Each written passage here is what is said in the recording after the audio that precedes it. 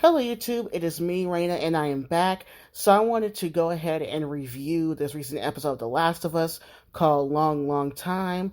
And boy, this was a big deviation from the games. I mean, this whole entire chapter about Bill is completely different.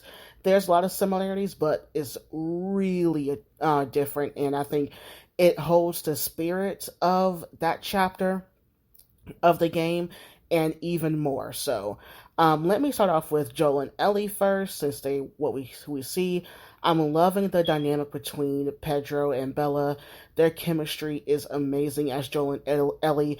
You're seeing Joel kind of warm up to her in his own unique way, of course, and kind of having Bella's Ellie kind of poke at him a little bit here and there. And I really loved that. And I loved her seeing the arcade game that's going to come important later on down the line in the season.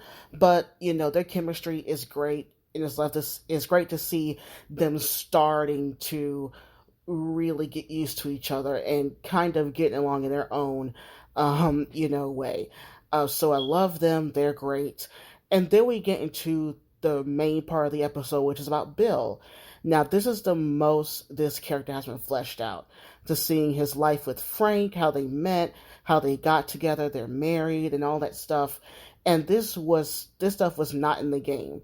Now, when you compare the two, in the game, the first time we see Frank, he's already dead. We see him hanging himself, and Bill is visibly upset. We find some notes. It seems that they end on really bad terms. And then it's kind of heavily insinuated that they were together, that Bill is gay, and we get that hinted at in the car scene where Ellie found a gay porn magazine at Bill's house. And so we kind of got all that. And with this, I felt like the changes that were made were necessary. And we got to actually see the life. And what this really brings to the show that I loved about the games wholeheartedly is that you can find love, whether it be platonic or romantic, in this hellish world that just, doesn't exist anymore. But you can find love and compassion and togetherness in this world. And, you have to open yourself up to that, even though it might not end the way you want it to end. I mean, we all need love. And I just really, really love that. And the games really execute that a lot with certain pairings that are coming later on in the show's history. Don't want to get to that right now. Just want to focus on this. The chemistry between Nick Offerman and the actor who played Frank was amazing. A plus. It was just all around amazing. Now, we all know Nick Offerman from Parks and Rec. I never watched the whole entire episode. I know, I'm sorry. But I've seen clips of him, and, I'm more used to seeing him in more comedic roles. And Bill has a comedic type of aura around him anyway. And I think that Nick Offerman really played that. But I really loved seeing him in a dramatic role. And seeing the character change over time with Frank, and him being a little bit more open to other people coming in to his place and everything. And I really love that. And I love actually getting really to know Frank, because like I said, in the games, the character is already dead and we don't know him. We only know him through the notes that he wrote to Bill. But it's actually great to see him as a fully fleshed out character who has his own agency, his own life, and how his and Bill's relationship developed over years and over time.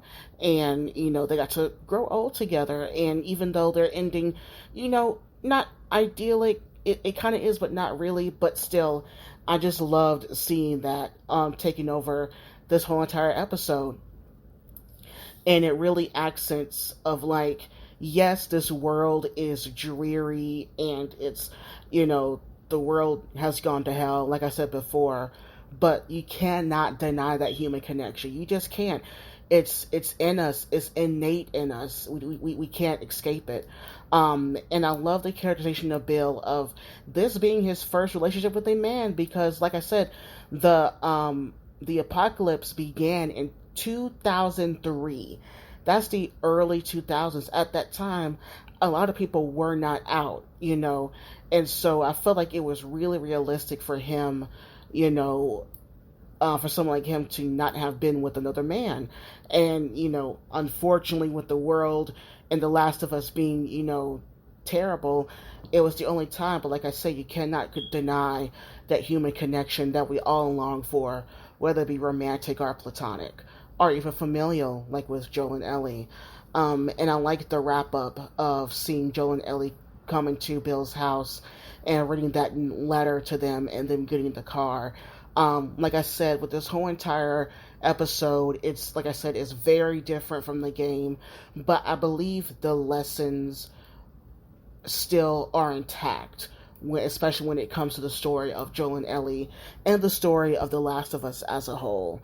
Yeah, I could see this episode being submitted for an Emmy, just for this episode alone.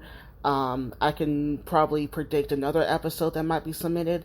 Once again, I will not spoil anything, but yeah, this episode was amazing, and it kind of gives you, I won't say hope, but it lets you kind of breathe for a while amongst the terribleness of the outside world of The Last of Us, because right now it ain't going to be pretty from now on, I can tell you that much. So, yeah, to end it right here, great episode. Everyone, of course, was amazing. Loving the development of all these characters and the world of The Last of Us. What are your thoughts? Leave them down below, and bye, YouTube.